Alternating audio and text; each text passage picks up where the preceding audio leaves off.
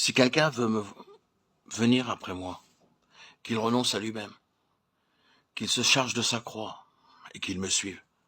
Matthieu 16, 24. Renoncer à soi-même. D'un mot, le Seigneur va droit au but. Il arrive que l'homme soit prêt à renoncer à certaines choses, à des choses agréables.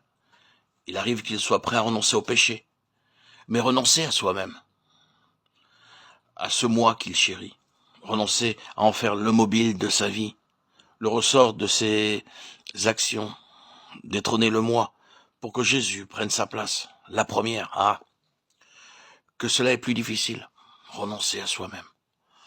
L'emploi de tout autre mot eût amoindri, limité le champ d'action de la croix, et par conséquent, limité la délivrance.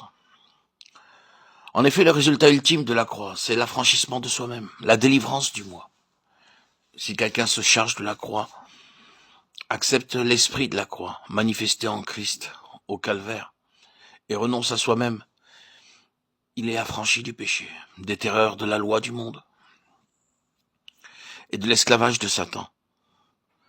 Qu'il soit 1000 fois béni, cet évangile du calvaire, dans sa simplicité, sa profondeur, son efficacité, sa sagesse.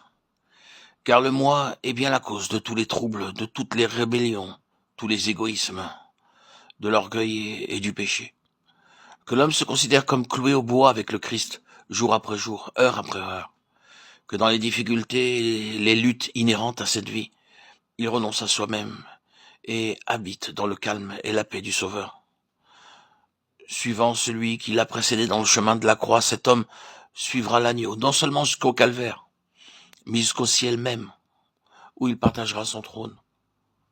Qu'il renonce à lui-même, qu'il se charge de sa croix, car quiconque voudra sauver sa vie la perdra. Matthieu 16, 24, 25.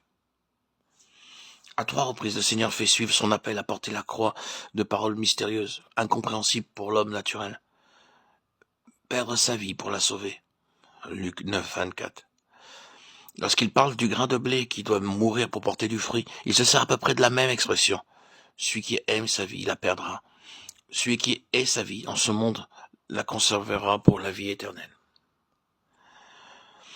Jean 12, 25. Jusqu'ici, nous avions renoncé au péché.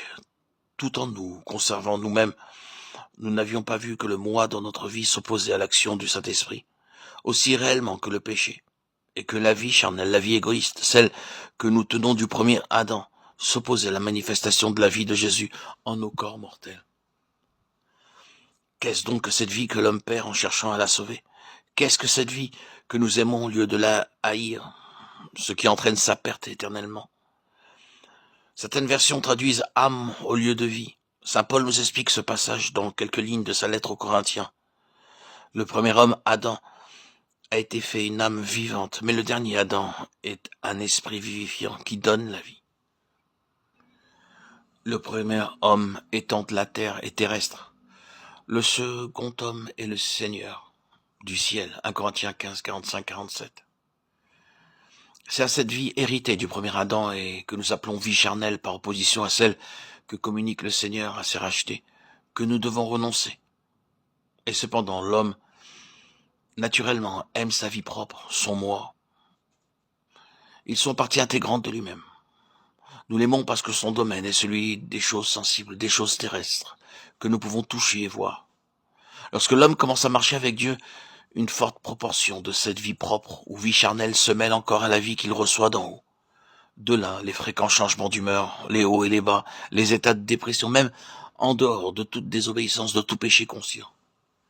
Mais vivre et marcher selon l'esprit, regarder uniquement à celui qui est un esprit vivifiant, nous fait entrer dans ce royaume où la paix est sans limite, où nous connaissons une joie parfaite que rien ne peut ôter, et qui dépasse infiniment toutes les joies éphémères d'ici-bas.